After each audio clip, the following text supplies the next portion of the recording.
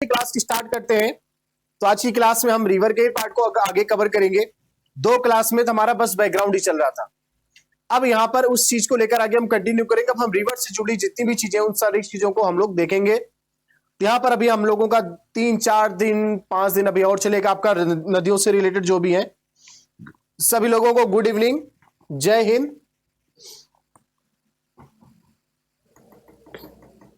आप लोगों को बताओ, आप लोग जो नोट्स बना रहे हैं ना, संभाल कर रहना। सच बता रहा हूं, अगर आप यहां पर जाके बाद में यूपीएससी की तैयारी भी करेंगे ना, वहां पर ये नोट्स काम करेगा। ठीक है, इससे अगर इतना भी आपका पढ़ लोगे ना तो आपका प्रीलिम में ज्योग्राफी से क्वेश्चन छूटेगा नहीं। आप ट्राई करके देखना, प्रीवियस ईयर क्वेश्चन करके भी देख लेना, है ना। अब देखो कुछ ना कुछ क्वेश्चन छूटने की संभावना रहती तो अलग बात है, बाकी यहां पर आपके लगभग सारे ही बन जाएंगे। ठीक है, 100% की गारंटी देना तो थोड़ा ज्यादा हो जाएगा, बट हाँ हो जाएगा सारा का सारा। सर एक कंफ्यूजन हो रहा है, पेरिनियल रिवर सीजनल रिवर। एक सेकेंड, पेरिनियल रिवर और सीजनल रिवर। सर एक कंफ्यूजन हो रहा है।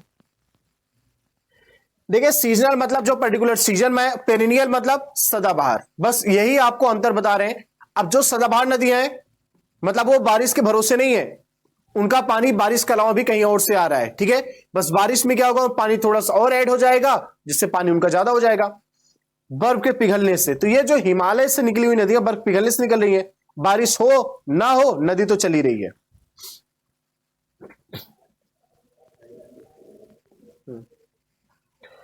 चलिए तो शुरू करते हैं।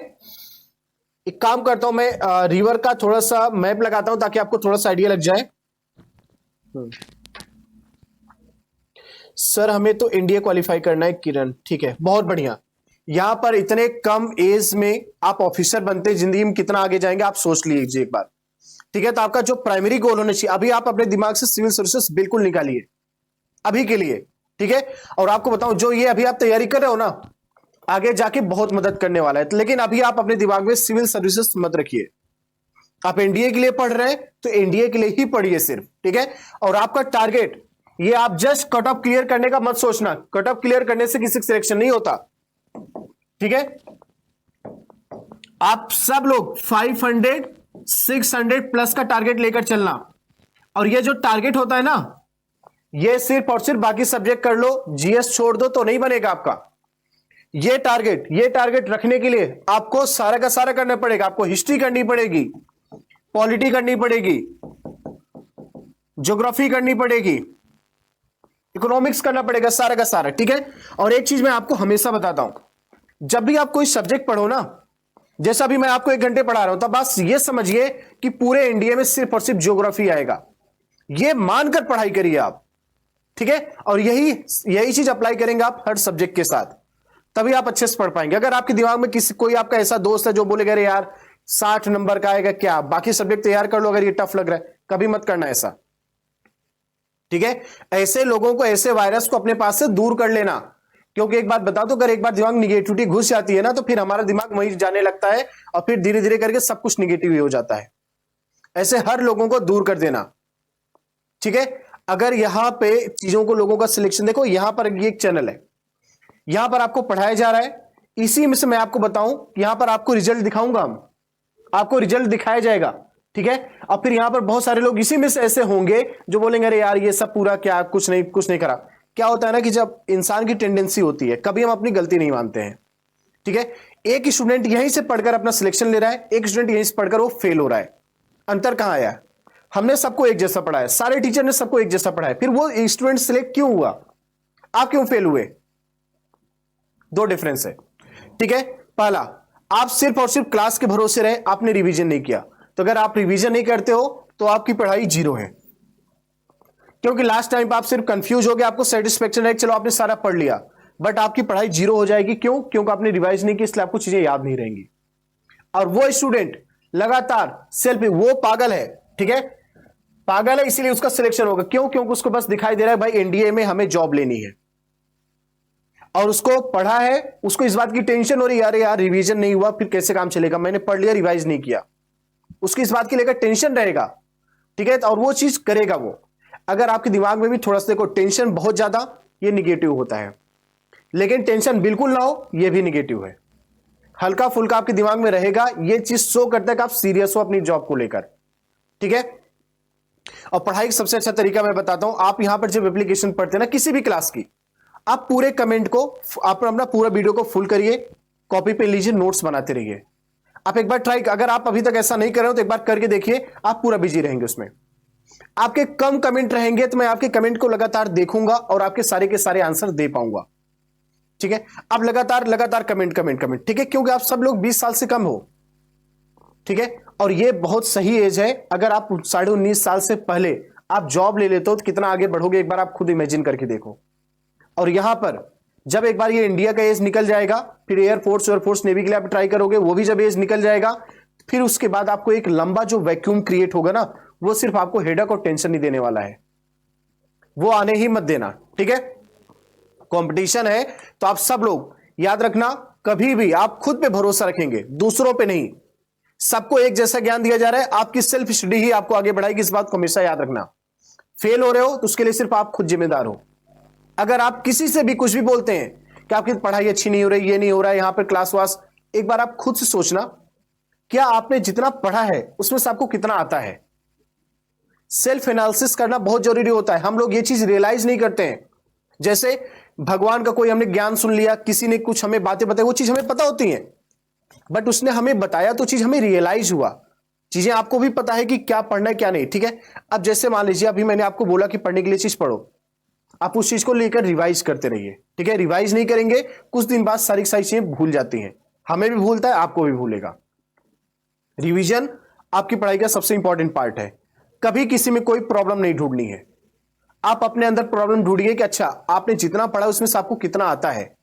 अच्छा यहां पर हमने ये पढ़ा था, हमें याद है क्या, और नहीं याद है तो याद क्यों नहीं है, आप उसको पढ़ो, रिवाइज करो। ठीक है, तो ये सारी की सारी चीजें अपने आप में लाइए तो ही सिलेक्शन होगा। ठीक है, और 500 600 प्लस का स्कोर आपको रखना पड़ेगा, तभी जो है कुछ हो पाएगा। आप हिंदी मीडियम के हो, आपका सबसे घटिया एसएसबी जाता है, मैं बोल रहा हूं सबसे घटिया एसएसबी जाएगा। तो जैसे कि पहले फिक्स था कि इंटरव्यू का 40%, आपका कुछ नहीं बोलोगे तो भी 40% आपको नंबर देंगे, मिनिमम नंबर फिक्स होते हैं। ठीक है, तो वैसे आपको सबसे घटिया नंबर दे देंगे, तो भी अगर आप यहां पर 600 प्लस स्कोर करके बैठे हो ना, तो भी आपका मेरिट लिस्ट में फाइनल में नाम आपका आ जाएगा। तो अगर आप यहां सोचते हो कि नहीं बस जस्ट कट ऑफ पार करें और एसएसबी में आपका घटिया जाए, कहां सिलेक्शन होगा। आप यहां पर इतना स्कोर कर लो, ये तो आपके बस में है ना। अगर एसएसबी आपके बस में नहीं, ये तो आपके बस में है। यहां पर इतना स्कोर कर दो, वहां पर घटिया नंबर लाके भी आप सिलेक्शन ले लो, सबसे बड़ी क्या दिक्कत है। ये कुछ बातें थी जो मैं आप लोगों को बता रहा हूं, और आप सही समय पर रियलाइज करिए। ये फेज ऐसा होता है कि आपके माइंड बहुत डाइवर्ट होंगे। ठीक है, और बहुत सारे लोग दूसरों से मिलकर आपको डाइवर्ट करने की कोशिश करेंगे, लेकिन मैं आपको बताऊं यहां पर बहुत सारे लोगों के दिमाग से बिल्कुल सर के ऊपर से मेरी बातें भी निकल रही होंगी, बट अगर आप मेरी बातों को समझ रहे हैं, उस बात को समझना और सीरियसली अपनी पढ़ाई में लग जाना। टाइम निकलता जाएगा निकलता जाएगा निकलता जाएगा, फिर बाद में होगा यार उसी समय मेहनत कर लिया होता, कुछ महीने की बात थी।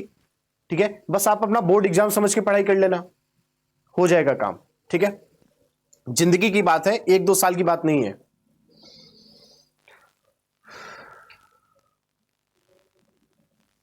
बिल्कुल, बहुत बढ़िया एमके। हाँ, इसी तरीके से रिवीजन करिए। और मैं आप लोगों को बता रहा हूं, बहुत सारे लोग क्या है लेट ज्वाइन किए हैं। आपको मैं कुछ चीज बता रहा हूं, बहुत सारे लोगों ने लेट बैच ज्वाइन किया, बहुत सारे लोग परेशान रहते सर कैसे कवर करें, अब यहां तो छूट गया है। आप बिल्कुल परेशान मत होना, डेली क्लास हो रही है, आप डेली क्लास ज्वाइन करिए। बचा एक संडे का दिन, आपको टाइम का मेहनत ज्यादा करना पड़ेगा। आप ये मत समझना कि देखो, आप अपने दिमाग में ये मत लाना कि नहीं मुझे रेस्ट करना है, आप ये लाना ही मत दिमाग में। अगर आप एक बार ला दिए ना, फिर आप कंफर्टेबल जोन ढूंढने लगोगे और फिर वहां से आएगी प्रॉब्लम।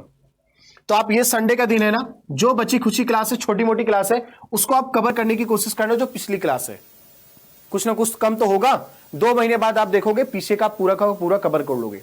लेकिन जो करंट में चल रहा है उसको छोड़कर आपको पुराना कवर नहीं करना है, करंट वाला करंट करते रहना। लाइव क्लास की बात अलग होती है। ठीक है, रिकॉर्डेड क्लास झेला नहीं जाता बाद में। ठीक है, चलो तब शुरू करते हैं। पढ़ाई तो डेली होता है, हम सोचे आज आप लोगों को थोड़ा सा कुछ ऐसी बातें बताएं, क्योंकि पता है ये सारी सारी चीजें आप सभी को हैं, बट हम लोग वही बात किया ना मैंने कि रियलाइज नहीं करते हम लोग।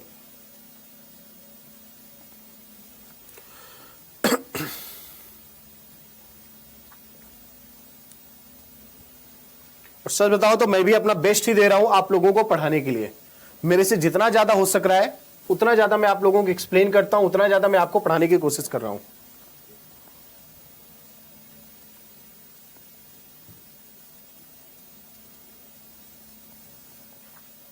अब क्योंकि रिवर की बात है तो यहां पर मैप आपको लगा दे रहा हूं मैं, ठीक है। मैप आपके लिए सारी की सारी चीजें कवर करेंगे, ठीक है। दिख रहा है क्या स्क्रीन पे?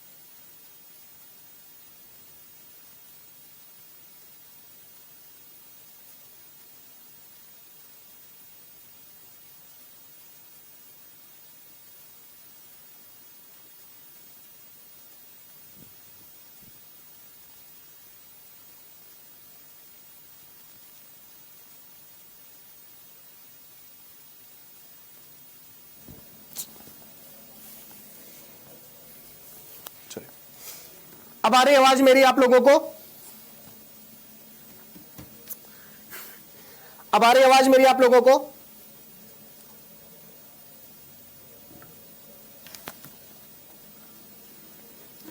आ रही, ठीक ठीक ठीक ठीक ठीक ठीक।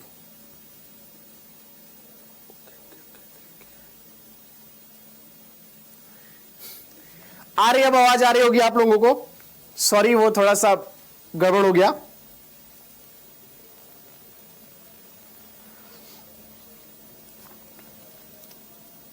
अब आ गया ना, आ गया बस। ठीक है ठीक है ठीक है ठीक है ठीक है। हाँ ओके ओके ओके ठीक है। चलो अब यहां पर मैं अभी ये जो इमेज था, ये पूरा का पूरा बिल्कुल क्रिस्टल क्लियर है। थोड़ा सा व्हाइटिश बैकग्राउंड होने की वजह से क्या हो रहा है, यहां पर आपको चमक रहा होगा, लेकिन आप एक काम करना, एक बार जाके आप देखना, एक बार जाके आप देखोगे घर पे, जब ये आपको पीडीएफ मिलेगी तो आपको बिल्कुल क्लियर दिखाई देगा। ठीक है, तो कोई बात नहीं, मैं यहां पर आपको बना के, हाथ से बना के एक बार मैं आपको सही से दिखा रहा हूं, उसको आप देखना। सॉरी सॉरी सॉरी, अरे मैं कमेंट नहीं देखा हूं, अब बार बार फालतू कमेंट ज्यादा आते हैं इसलिए नहीं देखता हूं मैं, कोई बात नहीं। अब ये ऊपर की 6 नदियां आप देख रहे हैं, 1 2 3 4 5 6, ये सिंधु नदी की सहायक नदियां हैं, सब के सब ट्रिब्यूटरी हैं, हालांकि और भी है लेकिन उसको अभी हम नहीं बना रहे हैं। ये हो गया ब्रह्मपुत्रा, जो आप देख रहे हैं ये ब्रह्मपुत्रा हो गया, उसको अभी साइड करो। ये जो 6 नदियां हैं ये पाकिस्तान में भी जा रही हैं, और इसको लेकर विवाद तो होना तय है क्योंकि पाकिस्तान की बात है। और इसको लेकर सन 1960 में, मैं सारी चीज फिर से बोल रहा हूं जो पहले बोल चुका हूं मैं, 1960 में इसको लेकर समझौता भी हुआ था ताकि इनके बीच की डिस्प्यूट को खत्म किया जा सके। ठीक है, हम सारे का सारा सहायक नदियां देखेंगे, तो इनका एक क्रम आप याद रखना, 1 2 3 4 5 6 करके जो दिया हुआ, पहला इंडस, इंडस हो गया। आई के बाद क्या आएगा, आई के बाद जे आता है, जे, तो जे से क्या हो जाएगा, झेलम, झेलम के बाद इसकी सबसे बड़ी ट्रिब्यूटरी कौन सा जाएगा, चेनाब। जिससे देखो चेनाब नदी जा रही है ना, ये चेनाब है, ध्यान से देखना, आप मैप देखोगे तो आपको दिख भी जाएगा, ये चेनाब है। और चेनाब में क्या होगा, आगे जाकर झेलम नदी यहां पर मिल जाती है, ये झेलम मिल गई, खत्म हो गई, आगे फिर चेनाबी नाम पड़ेगा। यहां जाकर रावी नदी मिल गई, वो भी खत्म हो गया, आगे चेनाबी बनेगा। फिर आगे जाकर यहां पर सतलज मिल जाएगा, तो भी चेनाब रहेगा। तो चेनाब क्या है, चेनाब सिंधु नदी की सबसे बड़ी सहायक नदी हो जाएगी।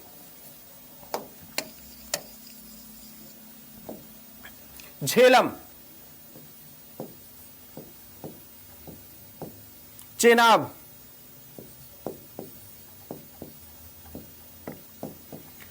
रावी, ब्यास, बाद में हम सबकी सहायक नदियां देखेंगे, बस अभी हम नदियों, मुख्य मुख्य नदियां जो भारत के, वो सारे का सारा देख रहा हूं, टॉप 10 नदियों को। ठीक है, तो इंडस, झेलम, चेनाब, रावी, ब्यास, सतलज, ये सबका सीक्वेंस आप याद रखना। हाँ, सारा का सारा रिपीट किया हूं मैं,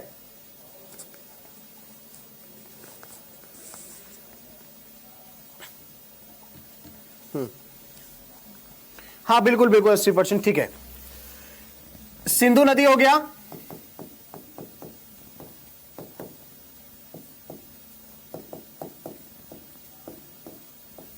झेलम,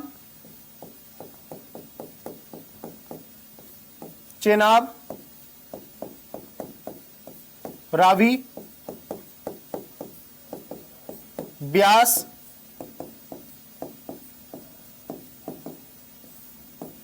सतलज।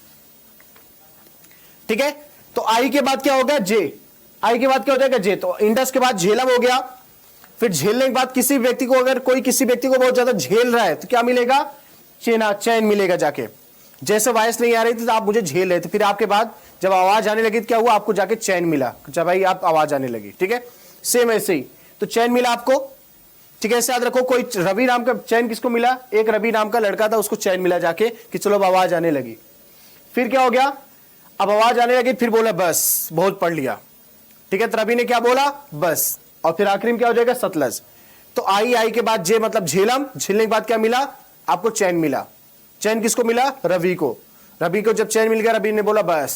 ठीक है, उसके बाद सतलज। तो ये 6 नदियों का क्रम आप याद रखना। ठीक है, काम आएगा।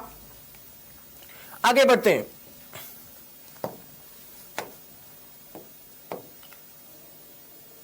फिर यहां पर गंगा,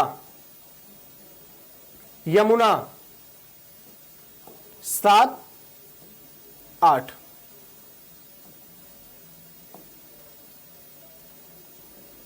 सोन, नर्मदा, ताप्ती। ये प्रॉक्स डायग्राम है, तो आप इसमें लेकर बहुत ज्यादा वो कंफ्यूज नहीं होंगे। ठीक है,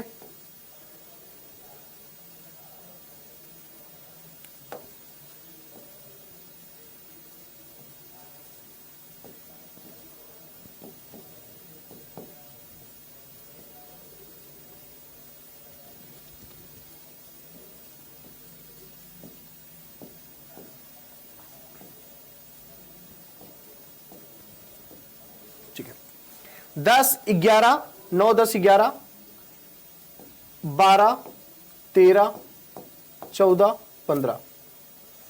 ठीक है, तो यहां पर 7 और 8 देखो, ये अप्रॉक्स आइडिया आपको होना चाहिए कि कौन कौन सी नदी कौन कौन सी है। 7वें नंबर पर हो जाएगा गंगा, 8वें नंबर पर हो जाएगा यमुना,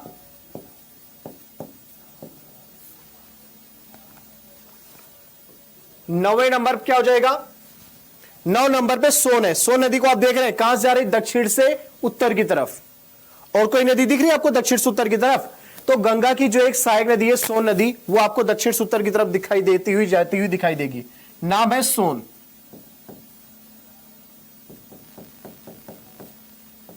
10वें नंबर पे नर्मदा, 11वें नंबर पे ताप्ती।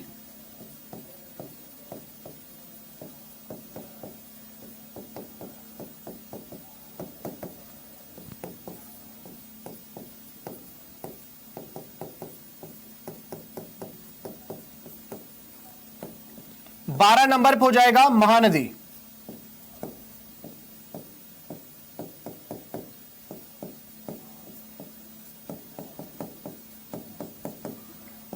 13 नंबर पे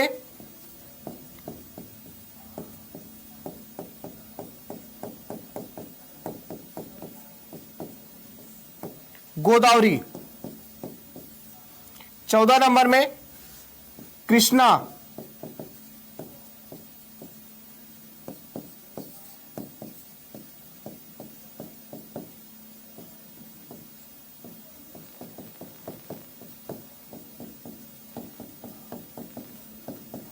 कावेरी।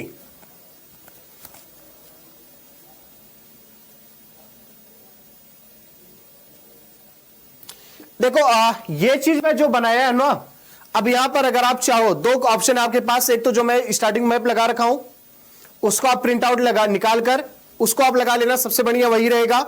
अदरवाइज दूसरा ऑप्शन अगर आप हाथ से बनाना चाहो तो आप यहां पर देख लो, क्योंकि मुझे आपको नदियों की दिशा दिखानी थी और वो मैप आपको सही से दिख नहीं रहा है, इस वजह से मुझे ये बनाना पड़ रहा है। ठीक है, 16 नंबर की बात करते हैं, देख के लग रहा है क्या है 16 नंबर, ब्रह्मपुत्र।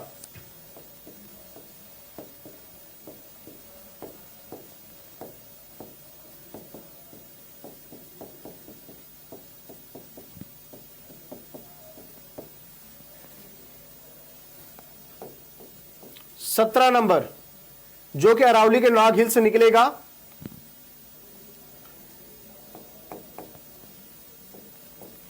लूनी,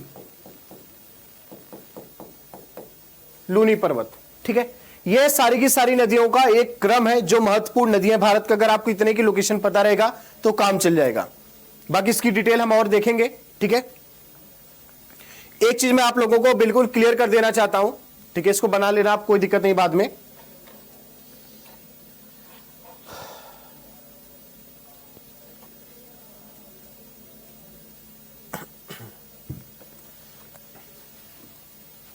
ठीक है, ये नदी आपने देख लिया, अब इनके हम सहायक नदियों को देखेंगे। इससे पहले मैं एक दो चीज आपको क्लियर करूं। याद है मैंने आपको कोस्टल प्लेन पढ़ाया था, तटीय मैदान। तटीय मैदान में मैंने आपको एक नाम बताया था कोंकण कोस्ट। ये जो कोंकण तट बताया था, कोंकण कोस्ट बताया था मैंने, कहां से बताया था, ताप्ती से लेकर गोवा। बिल्कुल सही था, लेकिन कभी कभी एग्जाम में ऐसे भी क्वेश्चन पूछे जाते हैं, यहां पर नदी का लोकेशन न देकर यहां पर कोई जगह का नाम दे देगा, जैसे दमन से लेकर गोवा। तो आपके पास जो नोट्स होगा ना, तो दोनों ही लेना, ठीक है, क्योंकि एग्जाम में दोनों ही पूछे जाते हैं। ताप्ती से गोवा कोंकण तट कहलाता है, और साथ में दमन से गोवा भी कोंकण तट ही कहलाता है। तो आप ये दोनों ही चीज को वहां पर मेंशन कर लेना। ये तो आपने लिख ही रखा है, ये बचा हुआ था, आप इसको मेंशन कर लेना। मैं बात किसकी कर रहा हूं, तटीय मैदान का, कोस्टल प्लेन का। ठीक है, जिसमें Konkan coast, Malabar coast, Coromandel coast, ये सब देखा था आपने। आगे बढ़ते हैं, अब हम नदियां और उनकी सहायक नदियों को देखते हैं।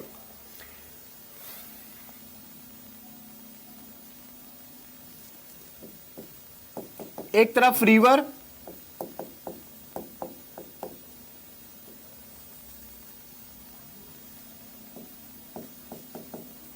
ओरिजिन,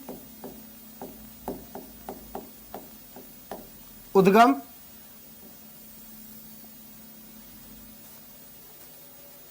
इसके बाद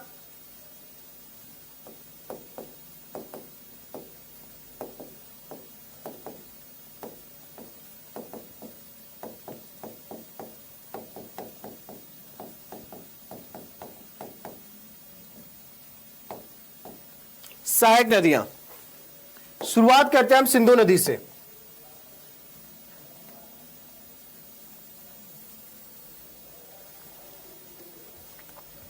यह याद करना पड़ेगा। क्वेश्चन कैसे पूछा जाएगा सर, बताएंगे, सारे सारे क्वेश्चन करवाएंगे। मैं आपको क्वेश्चन भी करवाऊंगा। ये बैक स्लाइड,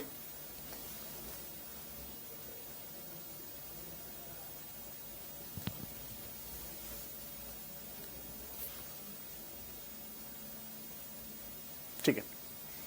बात करते हैं सबसे पहले इंडस का।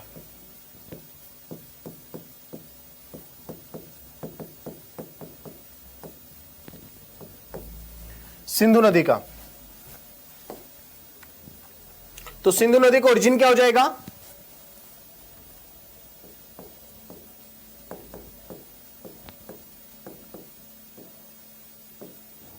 कैलाश रेंज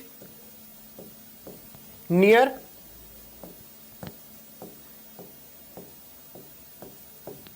मानसरोवर।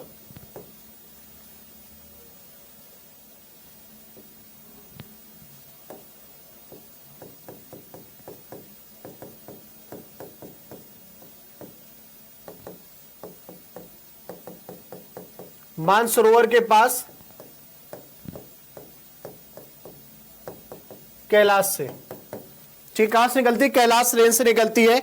वहां पर जो ग्लेशियर जमा हुए हैं, वहां पर जो हिमनत जमा हुए हैं, वहां से निकलती है। और ये जगह कहां पड़ेगा? ये जगह मिलेगा आपको तिब्बत में, जो कि पहले एक आजाद देश हुआ करता था, लेकिन अब यह है किसके कंट्रोल में? चाइना के।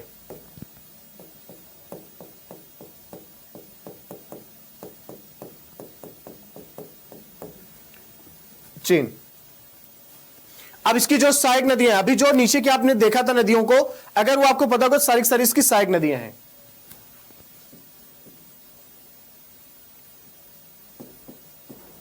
ये नाम आपने नहीं देखा था, ये नाम लिख रहा हूं मैं दो। गिलगित,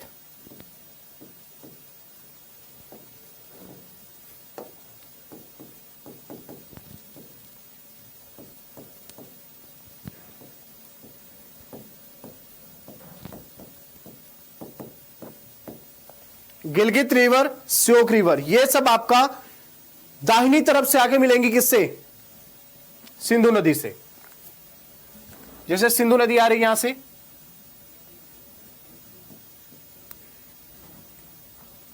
पीओके में मिलेगा गिलगित नदी, और फिर यहां से आके श्योक नदी आके मिलेगी, ये भी पीओके में जाकर मिलेगी श्योक नदी। श्योक, गिलगित। तो गिलगित रिवर हो गया, श्योक रिवर हो गया। इसके बाद जो नीचे आपने देखा, झेलम, चेनाब, रावी, ब्यास एंड सतलुज। ठीक है, ये सब कुछ मुख्य मुख्य नदियां हैं, बड़ी बड़ी नदियां जो इसकी सहायक नदियां हैं। गिलगित तो पूरा पीओके में पड़ेगा।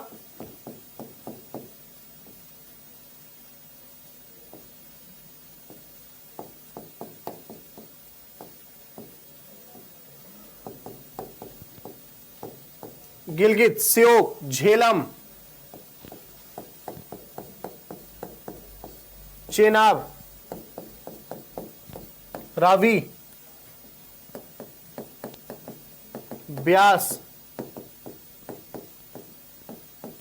सतलज, ये सब इसकी सहायक नदियां हैं। ठीक है, नदियों से रिलेटेड जो भी तथ्य, जैसे कि यहां पर इंडस रिवर कौन से दो पहाड़ों के बीच से निकल रही है, कौन कहां पे जा रहा है, ठीक है, वो सारा हम बाद में देखेंगे, फैक्ट्स में कवर करेंगे। अभी तो बस हम नदी और उसका ओरिजिन और उसकी सहायक नदियों को ही देख रहे हैं, उसके अलावा कुछ भी नहीं।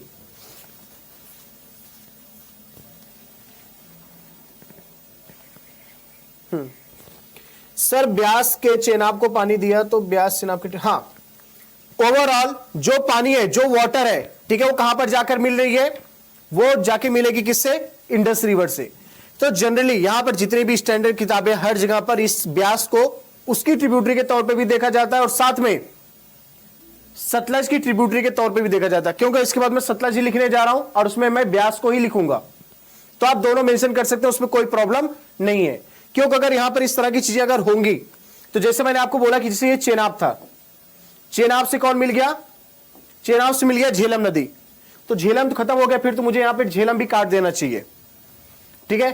फिर यहां पर आकर राबी नदी यहां पर मिल जाएगी, आगे अभी चेनाब का नाम आगे ही रहेगा, ठीक है। फिर हमें मुझे ये भी राबी को भी काटना पड़ेगा, ठीक है। तो बस इसी तरह से ब्यास नदी भी जैसे सतलज मिलती है, उसको भी हम ट्रिब्यूटरी में काउंट कर लेते हैं।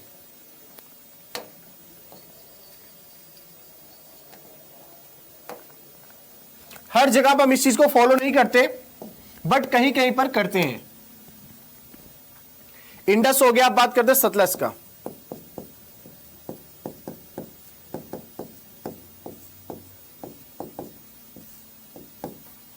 सतलज, ये मानसरोवर झील के पास में एक और झील है जिसका नाम है रक्कास झील।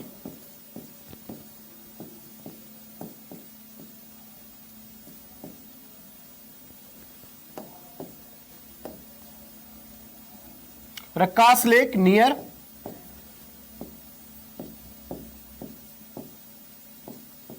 मानसरोवर।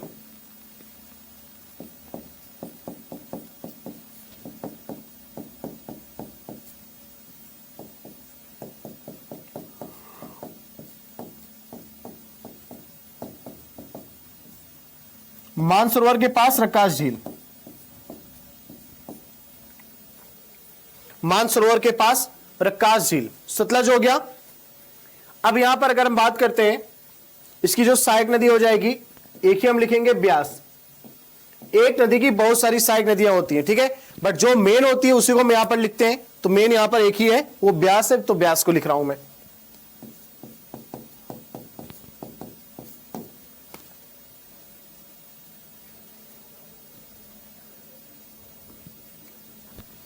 मिस्टर एस, सर कितनी नदियां समुद्र में मिलती हैं? इसका आंसर आपको दुनिया की किसी भी किताब में नहीं मिल पाएगा शायद, ठीक है। आप जाके चाहे कहीं भी सर्च कर लीजिए, शायद इसका आंसर आपको ना मिले। ओके निशान, ठीक है।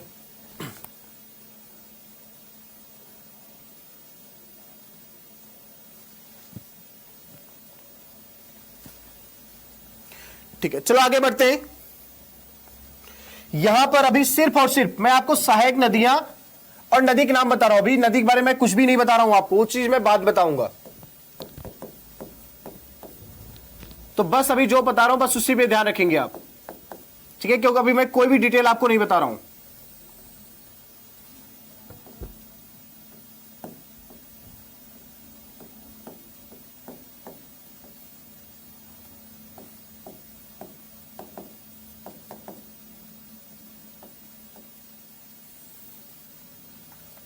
ओरिजिन, यहां पर इसके बाद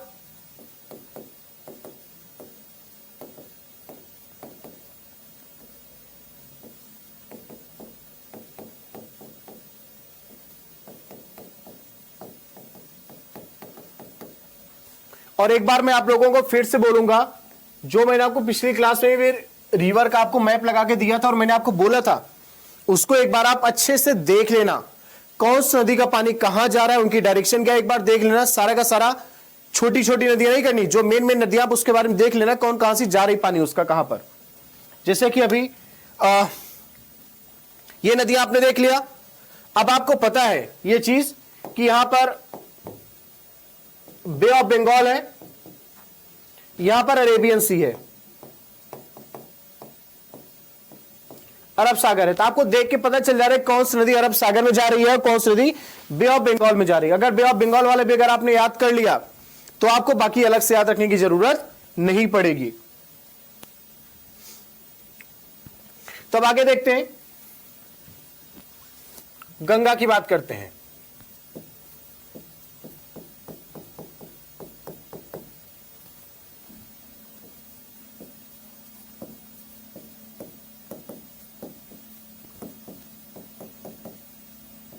गंगोत्री ग्लेशियर नियर गोमुख।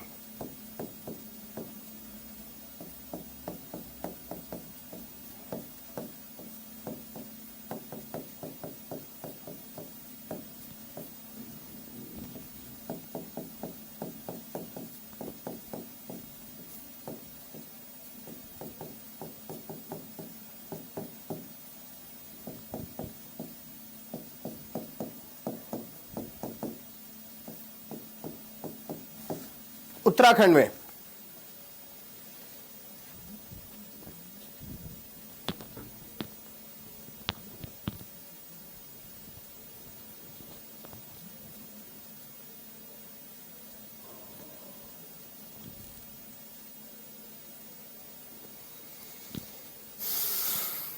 ठीक है, तो गंगा नदी का देखते हैं क्या क्या ट्रिब्यूटरी है।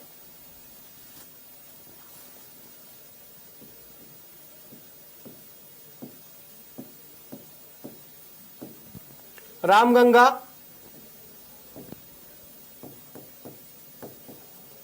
गंडक, क्रम से लिख रहा हूं, गोमती, गंडक, कोसी,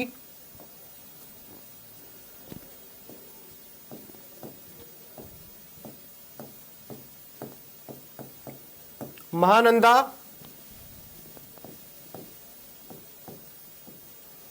यमुना, सोन। तो ये कुछ महत्वपूर्ण सहायक नदियां हैं गंगा की।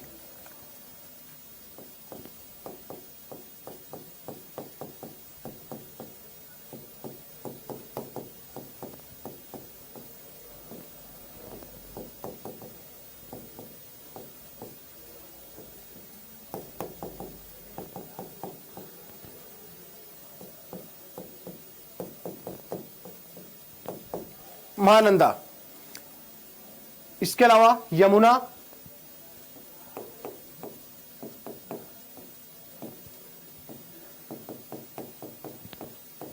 फिर सोन। ये सारा का सारा गंगा खो गया। गंगा की जो इंपॉर्टेंट है वो सारा का सारा मैं आपको यहां पर बता दिया।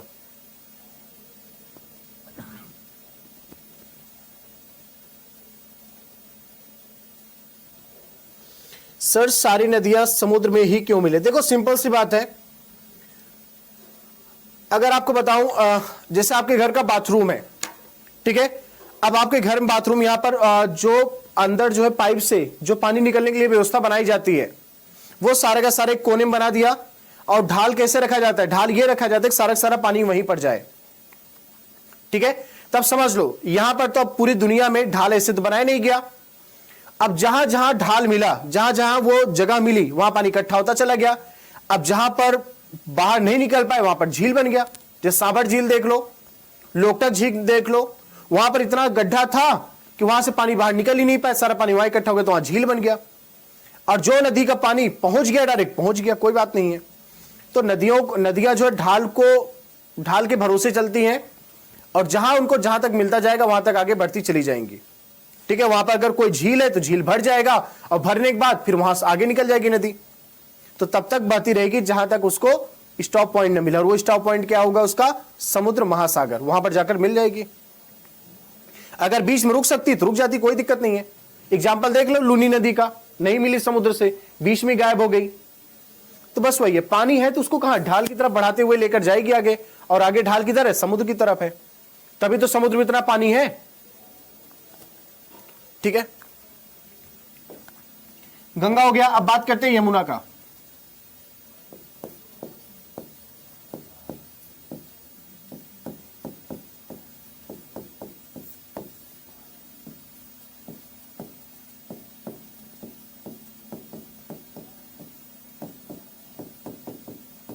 यमुनोत्री ग्लेशियर,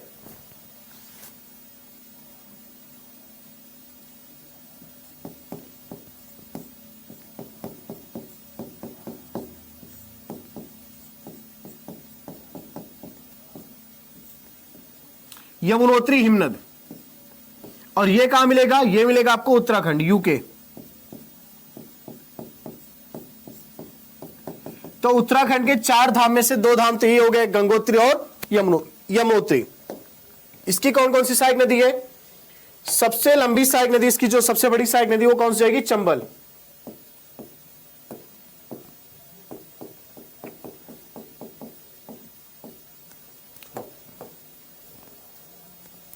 चंबल,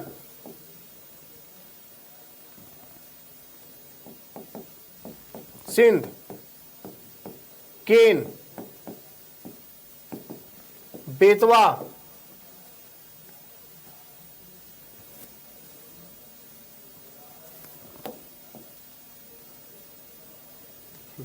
चंबल, सिंध, केन, बेतवा, टोंस,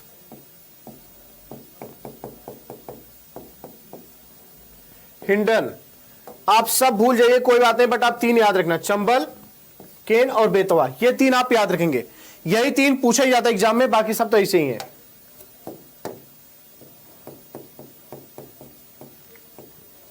चंबल,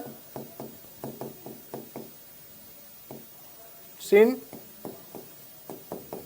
केन, बेतवा, टोंस। हिंडन के किनारे पर तो कौन सा बस? गाजियाबाद हिंडन के किनारे पर ही है, हिंडन।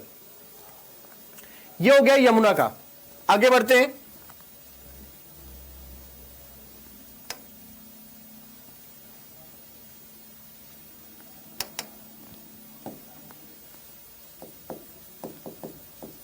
रिवर,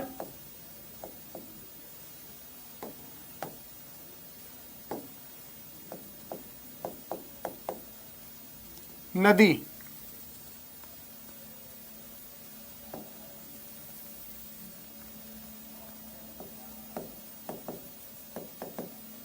ओरिजिन मतलब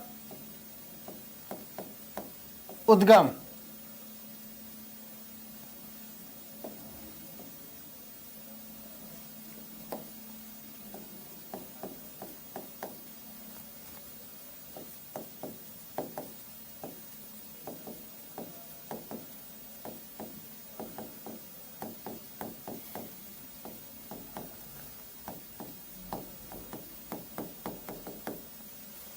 और सहायक नदियां।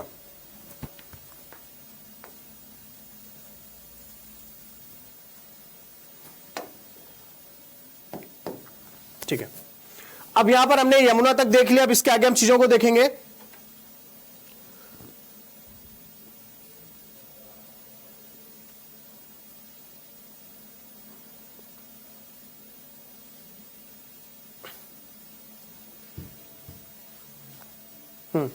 सिंध और सिंधु दोनों अलग अलग है, दोनों को मिक्स नहीं करेंगे, वो सिंधु नदी है। ठीक है, आगे बढ़ते हैं। रिवर, ओरिजिन और ये ट्रिब्यूटरी में नर्मदा की बात करते हैं।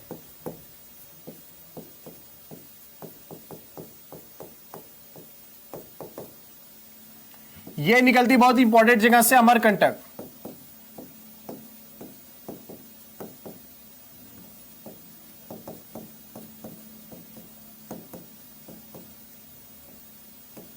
अमरकंटक, और ये अमरकंटक कहां पड़ेगा? एमपी में।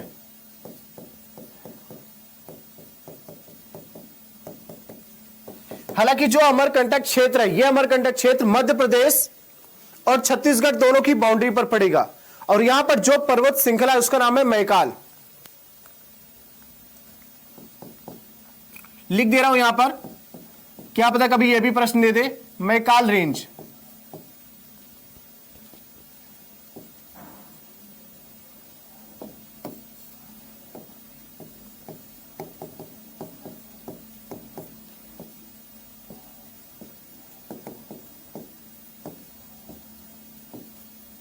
इस अमरकंटक वाले जगह पर पड़ेगा मैकाल रेंज। ये मैकाल सतपुड़ा का ही भाग है, अलग से नहीं है। और यहां पर इसकी एक सहायक नदी लिखेंगे, तवा। यही बार बार एग्जाम में पूछा जाता है। ओरिशन, उड़ीसा नहीं,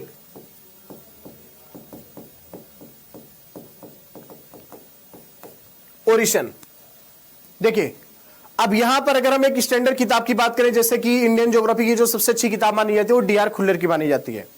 भाई उस व्यक्ति ने सीधा सीधा वहां पर लिख दिया कि यहां पर इतनी कोई बड़ी सहायक नदी नहीं है जिसका कि नाम दिया जाना सही समझा जाए। हालांकि लोगों ने नया नाम उसको नहीं दिया हुआ, कोई बात नहीं, लेकिन वहां पे लोकल लोग अलग अलग नाम, जैसे हथनी हो गया, उटनी हो गया, इस तरह के नाम उन लोगों ने रख रखे हैं, बट किताबों में इसका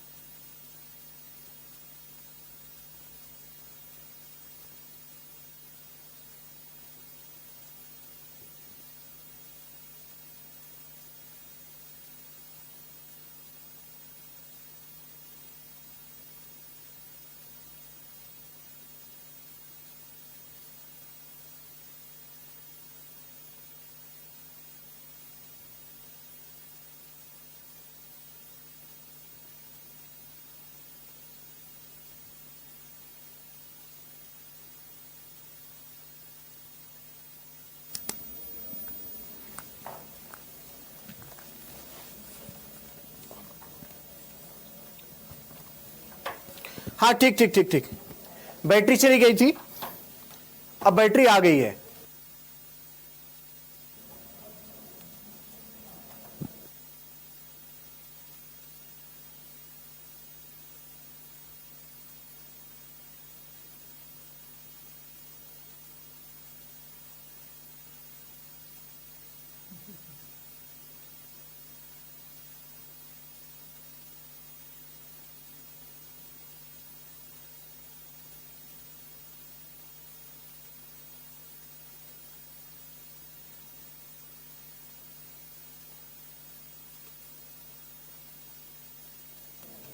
अब ठीक है, तो यहां पर आप लोगों को जो इंपॉर्टेंट की बात है, एक्चुअली बैटरी डिस्चार्ज हो गया तो इसकी वजह से साउंड चला गया था, बट कोई नहीं। यहां पर जो ट्रिब्यूटरी देख रहे हैं आप, ट्रिब्यूटरी में आपको सारा का सारा याद रखना है जो मैं आपको बता रहा हूं। बाकी जैसे यहां पर बता दिया तवा और ओरिशन में, बस आपको तवा याद रखना, तो बस आप तवा याद रखना और आगे नहीं।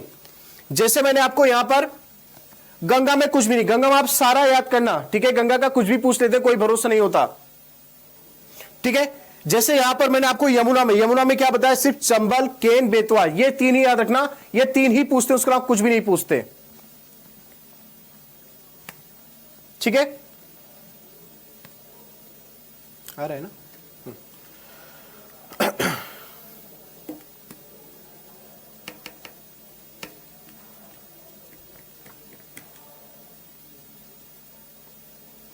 ठीक है, तो यहां पर ये सारा का सारा, आगे बढ़ते हैं।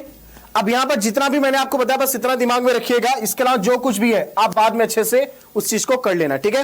यहां पर अभी भारत की बहुत सारी नदियां बची हुई हैं, चाहे हम यहां पर बात करें महानदी का, गोदावरी का, कृष्णा, कावेरी, ब्रह्मपुत्रा, ये सारी नदियों की सहायक नदियां बची हुई हैं, ठीक है, और उन सभी चीजों को हम देखेंगे। और जब ये ट्रिब्यूटरी और ओरिजिन खत्म हो जाएगा उसके बाद मैं आप लोगों के सामने पूरा का पूरा नदियों से जुड़े हुए तथ्य को रखूंगा जो इंपॉर्टेंट होगा। फिर उसके बाद हम डैम पे आएंगे, फिर उसके बाद लेक्स की बात करेंगे, जो कुछ भी है। तो ये अभी